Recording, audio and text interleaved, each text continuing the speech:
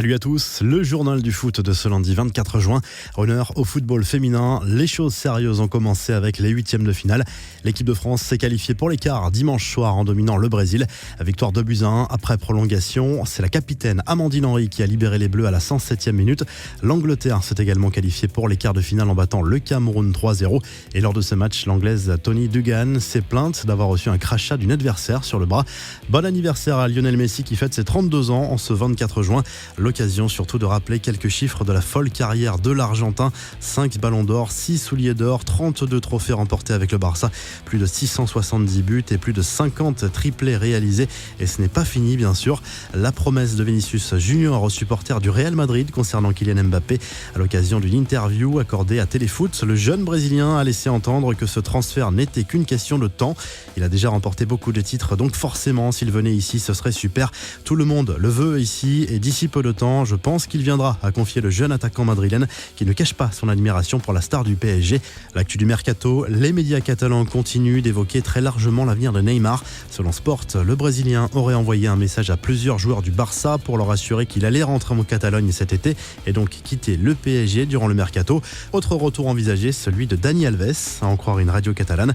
Le latéral droit brésilien serait tenté par un retour à Barcelone et aurait proposé ses services aux dirigeants blaugrana. Samuel Eto'o, lui, imagine bien Mohamed Salah au FC Barcelone. Dans une interview à la BBC, il a conseillé à l'attaquant de Liverpool de tenter un jour sa chance en Espagne. Le Real m'a donné l'opportunité de quitter l'Afrique, mais je connais bien le style du Barça et je pense que ce serait mieux pour lui. Mot à tout pour être l'un des meilleurs joueurs du monde, a lâché l'ancien international camerounais.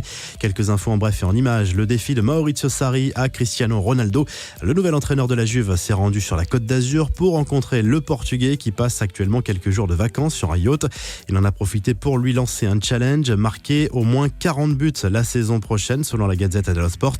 CR7 que l'on a vu également s'afficher avec une légende du sport, l'ancien basketteur Michael Jordan. L'Argentine rejoint les quarts de finale de la Copa América après sa victoire 2-0 contre le Qatar. Qualification laborieuse, mais l'ambiance reste bonne dans le groupe. Kun Agüero et Lionel Messi se taquinent en dehors des terrains.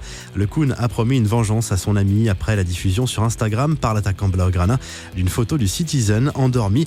Je ne peux rien dire, mais vous le saurez bientôt, a promis Agüero aux journalistes en zone mixte. L'Euro Espoir, dernier match de poule pour les Bleuets ce lundi soir contre la Roumanie. Après les victoires contre l'Angleterre et la Croatie, les Français n'ont besoin que d'un match nul pour rejoindre le dernier carré. Et le PSG dénonce les fake news en provenance d'Espagne. Le club français n'a aucune intention de se séparer de Maxwell, qui occupe le poste de coordinateur sportif. La revue de presse, le journal L'Équipe revient sur le succès des Bleus contre le Brésil lors du mondial féminin. Le rêve continue pour les joueuses de Corinne Diacre. En Italie, Tuttosport évoque une nouvelle offensive de la Juve pour s'offrir Federico Chiesa. En Espagne, AS propose une longue interview de Fernando Torres qui a annoncé sa retraite en fin de semaine dernière. Vous retrouvez toute l'actu foot en live sur topmercato.com et l'appli Top Mercato et rendez-vous en fin de journée pour la Minute Mercato.